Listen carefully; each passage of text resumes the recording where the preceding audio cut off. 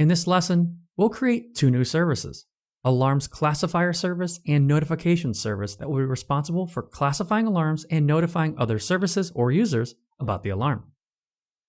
In a real-world application, the Alarm Classifier Service would classify alarms or alarm groups using AI or ML algorithms. This service would use a pre-trained model to classify alarms as either critical, non-critical, or invalid. With the microservices architecture, we're free to use any programming language or framework to implement our services. So for example, this service could be implemented in Python and simply expose HTTP endpoints or connect to a NAT server to communicate with other services. Similarly, the notification service would be responsible for notifying other services or users about the alarm. For example, it could send an email to the building manager or department about the alarm. It could also send an SMS message to the maintenance team.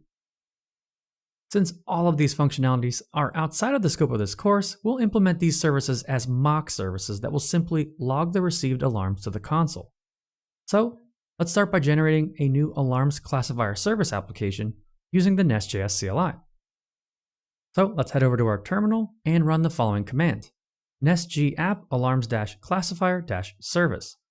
Also, let's generate the notification service with nestg-app notifications-service. Next up, let's open up the Docker Compose YAML file and add new services. Let's focus on the Alarms Classifier Service first.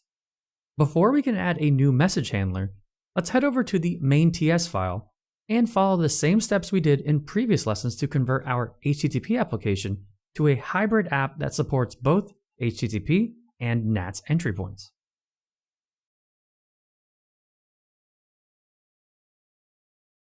Next up, let's open the Alarms Classifier Service Controller file and replace the contents of the Alarms Classifier Service Controller class with the following code. The classify alarm method shown here will randomly return critical, non-critical, or invalid categories. As we've mentioned earlier, in a real-world application, this service would classify alarms or alarm groups using artificial intelligence or machine learning algorithms. So, let's save our changes and head over to the notification service application now. Before we can add a new event handler, let's head over to the main.ts file again and follow the same steps we just did and convert our HTTP application to a hybrid one supporting both HTTP and NATS entry points. By the way, instead of manually updating this main.ts file every time we generate a new application, we could create a new custom schematic that would do all of this and some for us.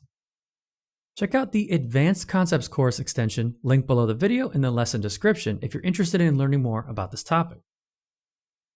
Next up, let's open the Notification Service Controller file and replace the contents of the Notification Service Controller class with the following code. Now that we have both services in place, let's navigate to the Alarms Service application and create a constants.ts file.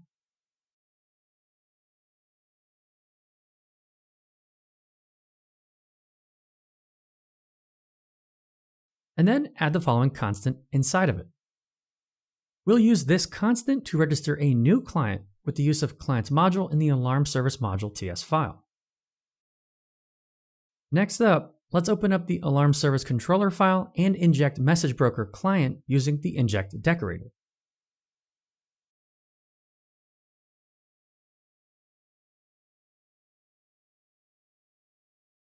Now, using the orchestrator approach that we introduced in the previous lesson, let's update the create method here to first classify the alarm and then notify other services about it.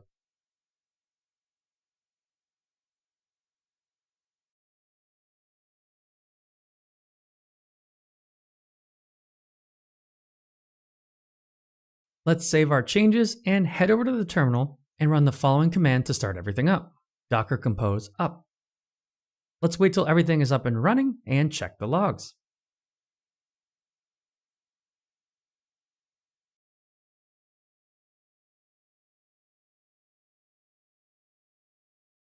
And there we have it. As we can see, the alarm service is now receiving the new alarms from the alarms generator service, classifying them using the alarms classifier service, and notifying other services about the alarm using the notification service. Fantastic. We covered quite a lot in this lesson, but hopefully you can see the power of the orchestration approach to microservices. We are now able to fairly easily manage and coordinate the interactions between multiple microservices to achieve any specific business goal.